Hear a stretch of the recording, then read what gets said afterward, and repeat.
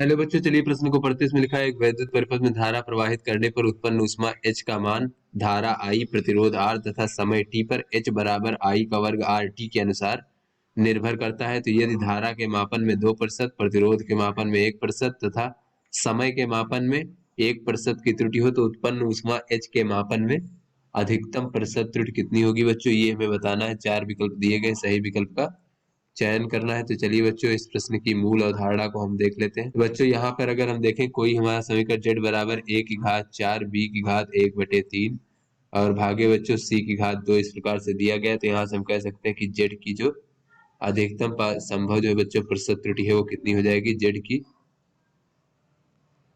z के गणना करने में जो प्रतिशत त्रुटि होगी वो बराबर हो जाएगा 4 गुणे बच्चों घात आगे आ जाएगी इस प्रकार से 4 गुणे a की प्रतिशत त्रुटि, और जो गुणनफल और भागफल में बच्चों उनकी प्रतिशत त्रुटियां इस प्रकार से जुड़ जाएंगी बच्चों। 1/3 b की प्रतिशत त्रुटि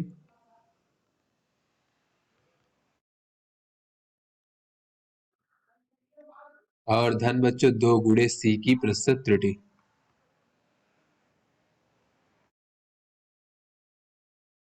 तो चलिए बच्चों अपने प्रश्न को हल करते हैं। तो यहाँ पर बच्चों उत्पन्न ऊष्मा H की प्रतिशत त्रुटि हमसे पूछी जा रही है। तो H की प्रतिशत त्रुटि बराबर हो जाएगा, और बच्चों हमें H दिया गया है कि किस प्रकार से धारा, प्रतिरोध और समय पर निर्भर करता है। तो ये है I का वर्ग RT बच्चों यहाँ पर इस प्रकार से दिया गया है। तो ये हो जाएगा 2 गुणे I की प्रतिशत त्रुटि बच्चों इस प्रकार से, यानी धारा की प्रतिशत त्रुटि,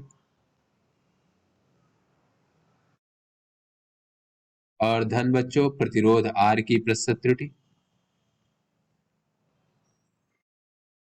उसके बाद फिर बच्चों धन समय T की प्रतिशत त्रुटि। तो यहाँ से बच्चों अगर हम देखें तो ये हो जाएगा 2 गुणे धारा की प्रतिशत त्रुटि हमें दिया गया है। धारा के मापन में 2%, प्रतिरोध के मापन में 1% और समय के मापन में 1%। तो ये हो जाएगा 2 गुणे 2 धन बच्चों 1 धन 1।